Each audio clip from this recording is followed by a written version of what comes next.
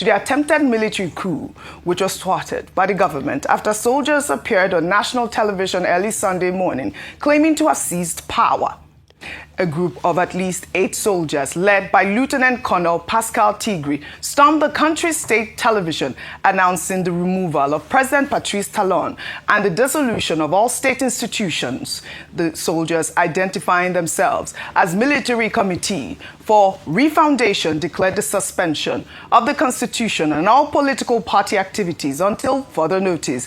They also claimed to have closed the country's borders, resulting in unrest in parts of the country, with a group of demonstrators chanting "Down with Talon" and expressing support for the mutinous soldiers.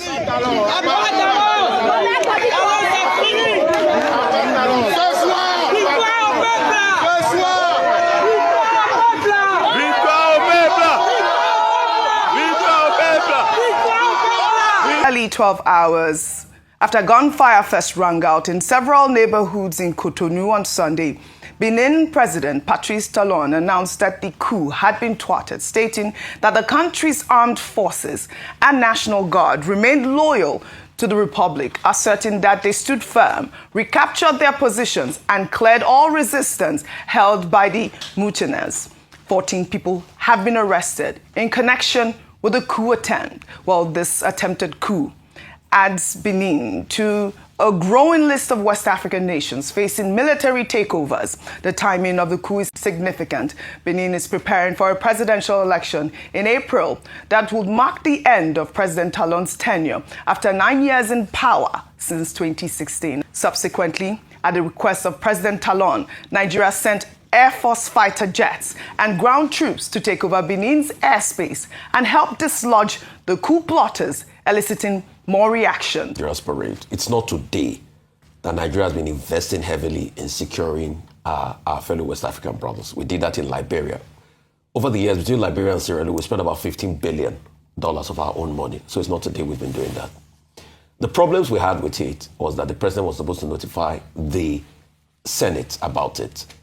Secondly, the question we should now ask is, there's also a correlation with the case of Niger.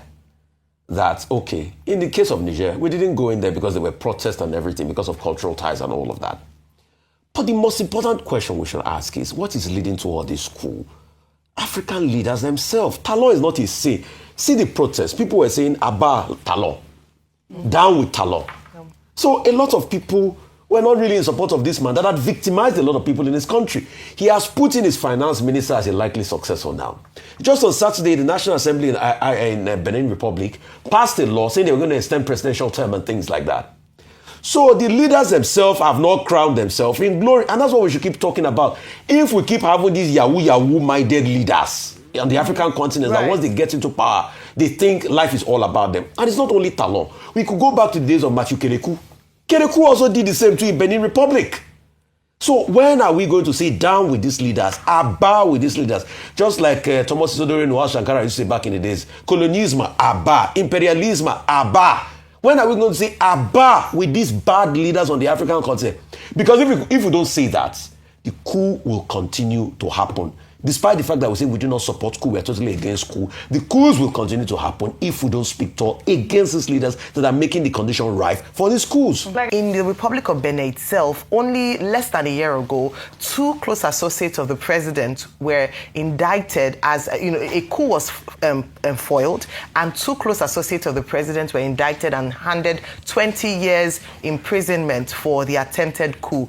A little over a year afterwards, we are now seeing another attempt of a coup. A number of things could have been said would be responsible, OG. Number one, of course, is the lack of strong institutions, the fact that the people do not believe that they are enjoying the dividends of democracy.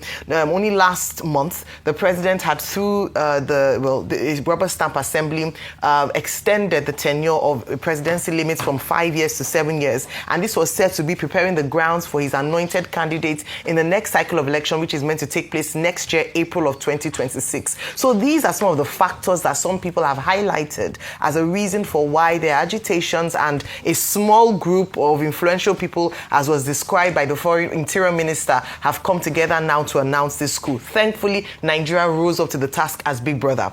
Dr. Bati said something earlier this morning which I agree with, because I actually took note of that when it happened. Because one of the reasons, and number one, is Nigeria showing up as a big brother and still that influential force on the West African bloc. But also, very importantly, to sound a note of warning, because we have seen copycat coups along the West African region that anybody, group, individual that wants to think or has thoughts around this kind of move should know that Nigeria would respond and respond swiftly. That we have a military that's able to counter any kind of coup attempts and would block it. Now, there have been conversations around the legality of Nigerians' movement, and there's been a broad conversation around this. But we'll see whether or not the president will transmit a letter to the Senate before 12 noon as the deadline given to be able to express his invasion, as it were, or help, because they said he received a letter. But again, what people are saying is that, so Nigeria is strong like this. Let me tell you, we should be able to do this. I want that same swiftly to be given to the way, of course we know that terrorism is complicated. It's more complicated than this. But there are some certain areas. It means that we can swiftly arrest the bandits in the forest. We can swiftly get all these kidnappers. Nigeria has the power to do this. Let us do it. Let me take the tweet about the idea of how Nigeria can swiftly respond. This is Chris, who wrote on X. Highlight the word swiftly. Interesting. So Nigeria has the capacity to swiftly defend democracy in another country, yet our democracy is in shambles. A democratically elected governor, Sim Fubara, was illegally removed. Terrorists are decimating our people and stealing their lands. And a brigadier general was killed by terrorists, etc.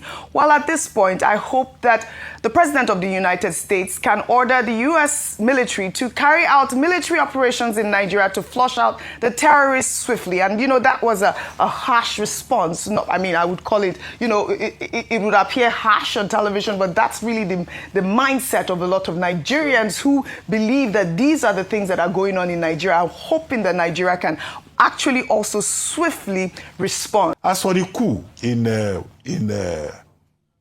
Benin, Republic of Benin, it was President Boni Yayi, former president of Republic of Benin, who used to refer to Republic of Benin as Nigeria's 37th state.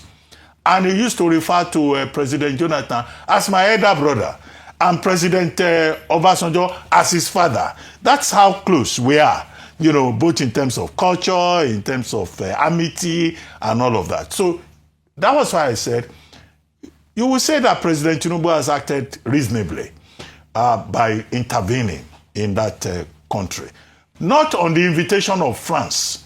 I have not seen where it was France that asked Nigeria to go to Cameroon. France does not have such powers. What the Ononuga statement quoted is that there are two requests from Republic of Benin. I read out, yes. Yes, I read that so two requests, and it was on the basis of that they acted. Two, President Tinubu may have said, look, we could suffer collateral damage if there is a coup next door. There could be demonstration effect and all of that. So he deployed the troops. So you may say that is reasonable.